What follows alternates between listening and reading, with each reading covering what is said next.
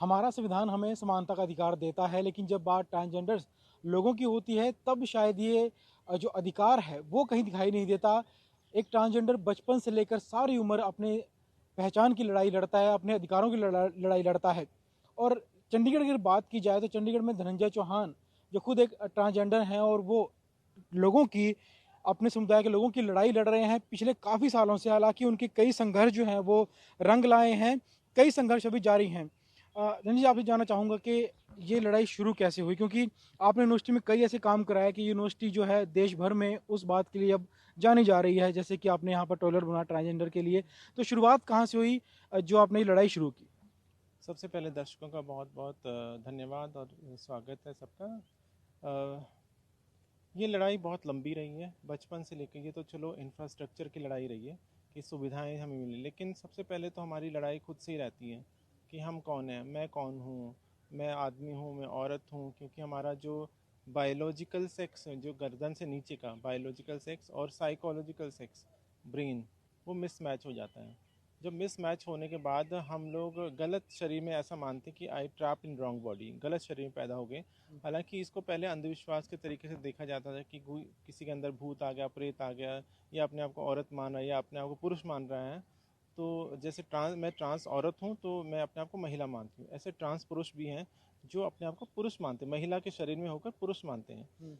Teen age में आते हैं, 13-14 साल की एज में और ज़्यादा प्रॉब्लम हमें शुरू हो जाते हैं, क्योंकि हमारे अंदर एक अलग तरह की, जैसे सभी सभी जीवों में होता है, वो आकर्षण भी शुरू हो जाता है ना, किसी न किसी के प्रति वो आकर्षित होता है। हम भी आकर्षित होंगे क्योंकि हम भी तो उसी प्रकृति ने बनाया है।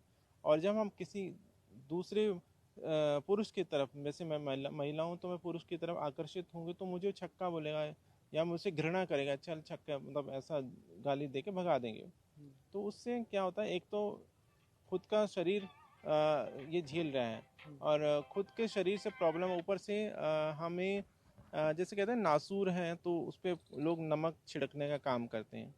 तो ये सब चीज़ें होती रही तो, और उस समय जेंडर डिस्फोरिया हो जाता है, एनजाइटी, डिप्रेशन में चला जाता बच्चा, पढ़ाई में ध्यान नहीं देता, उसको और तरह की बीमारियां शुरू, मतलब मानसिक तनाव में रहता है, मानसिक बीमारियां, डिप्रेशन, मेंटल हेल्थ का बहुत बुरा बुरा हाल हो जाता है। तो ये सारी ज़िंदगी हमारे साथ चला तो है। आप जब यूनिवर्सिटी में आप यहाँ पर आए तो जो यहाँ पर आपने टॉयलेट बनवाया और यहाँ पर बन गया, उसके बाद आप पूरी देश भर में ये हुआ कि पहली यूनिवर्सिटी बन गई जहाँ पर इस तरह कोई बनाया, तो आपको कैसे ज़रूरत महसूस हुई और किस तरह से आपने प्रशासन को तैयार किया कि वो यहाँ पर इस तरह का टॉयलेट बनाए अलग से?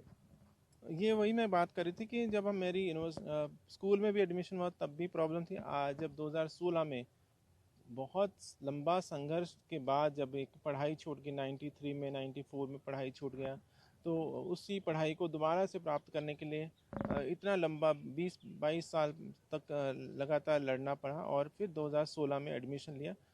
एडमिशन लेने के बावजूद वही उसी तरह के ढाक के तीन पात, है ना, वही वही समाज था, वही लोग थे, वही इंफ्रास्ट्रक्चर था। तो मैंने कदम उठाया, क्योंकि मुझे वॉशरूम, ये डिपार्टमेंट सामने है, इसी डिपार्टमेंट में मेरा एडमिशन हुआ था, ह्यूमन राइट्स एंड ड्यूटीज़ में। तो यहाँ पर वॉशरूम नहीं था, और जब मैं वॉशरूम जाती थी तो फीमेल में जाती तो सारी फीमेल बाहर आ जाती थी, मेल में जा नहीं सकते थे, तो शर्म आती थी और वो मजाक बनाते थे। तो मैंने फिर मुझे बहुत दुख हुआ, मैं वॉशरूम ही नहीं जाती थी। और मैंने एक लेटर लिखा वाइस चांसलर के नाम पे, और मैंने डिमांड की कि मुझे सेपरेट वॉशरूम चाहिए, क्योंकि सुप्रीम कोर्ट का ये जजमेंट रही, उसमें ये सब चीज़ें थी, और इसमें ट्रांसजेंडर का टॉयलेट भी लिखा गया था। तो पंजाब यूनिवर्सिटी के वाइस चांसलर, उन्होंने उस समय जो 2016 में वाइस चांसलर, उन्होंने इसके लिए 23 लाख रुपए बजट पास किया, और यहाँ पर 4 जगह टॉयलेट बनाने के लिए कहा गया था। तो चलो 4 जगह नहीं बना, लेकिन एक जगह बना पब्लिक प्लेस पे, जो स्टूडेंट सेंटर है पंजाब यूनिवर्सिटी का, वहाँ बना। ये हमारे लिए, मेरे लिए तो खास करके, क्योंकि तब मैं अकेली थी, और मेरे लिए बहुत बड़ी जीत थी। ये पहली बार हिंदुस्तान में हुआ कि किसी एजुकेशनल इंस्टीट्यूशन में पहली बार ये टॉयलेट बना, पूरी दुनिया में ऐसा कोई कहीं भी नहीं था, पूरी दुनिया में ऐसा? पूरी दुनिया में कहीं नहीं था। तो अमेरिका में भी ट्रांसजेंडर के लिए टॉयलेट नहीं है, तो ये सब चीज़ें बहुत खुशी की बात होती तो थी। अब तो एक और भी था कि जब कनाडा के प्रधानमंत्री भारत आए थे तो वो आपसे मिले थे, खास तौर पर उन्होंने आपके लिए सिटीजनशिप की पेशकश भी की थी। तो क्या बात हुई उनसे और आप कनाडा गए नहीं फिर बाद में?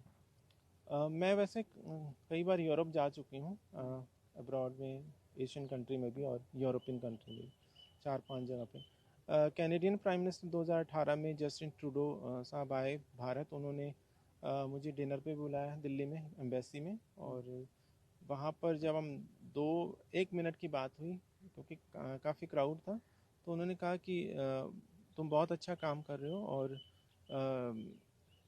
तुम डिज़र्व करते हो कि तुम कनाडा आओ, अगर तुम्हें सिटीजनशिप चाहिए तो उसके लिए भी हम लोग रेडी हैं।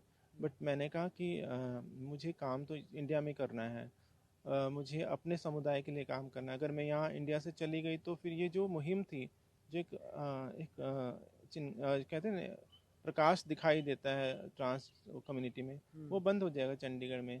तो यूनिवर्सिटी में अगर मैंने किसी एक पौधा लगाया, वो बिना मैं सींचे उसको निकल जाऊँ तो वो मुरझा जाएगा।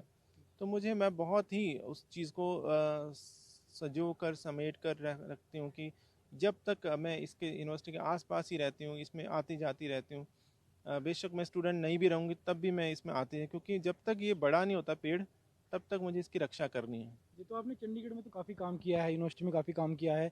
हरियाणा पंजाब में भी कोई ऐसी योजनाएं आप शुरू करवाने पे कामयाब हुई हैं तो जो जिनसे ट्रांसजेंडर लोग लाभान्वित तो हो रहे हो? ट्रांसजेंडर की जो हरियाणा की जो ट्रांसजेंडर पॉलिसी थी, वो उसमें मैंने काफ़ी अच्छा इनपुट दिया उनको। वो मेरे पास पूरी उसकी एक बुकलेट पड़ी है, जिसमें हम लोगों ने बहुत सारा मेहनत करके एक पूरे ट्रांस पॉलिसी बनाई थी। वो उनके सोशल वेलफेयर डिपार्टमेंट के पास है, हरियाणा के। तो ये मैं लगातार कर रही हूँ काम इस जी, पे। धन्यवाद।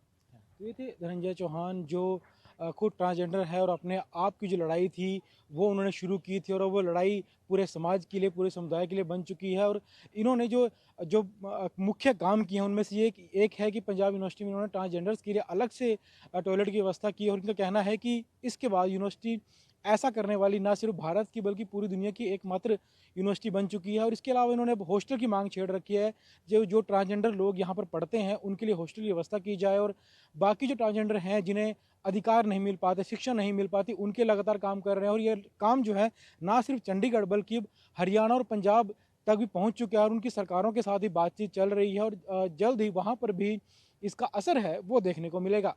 कैमरामैन राजेश के साथ चंडीगढ़ से विजय राणा, ईटी भारत।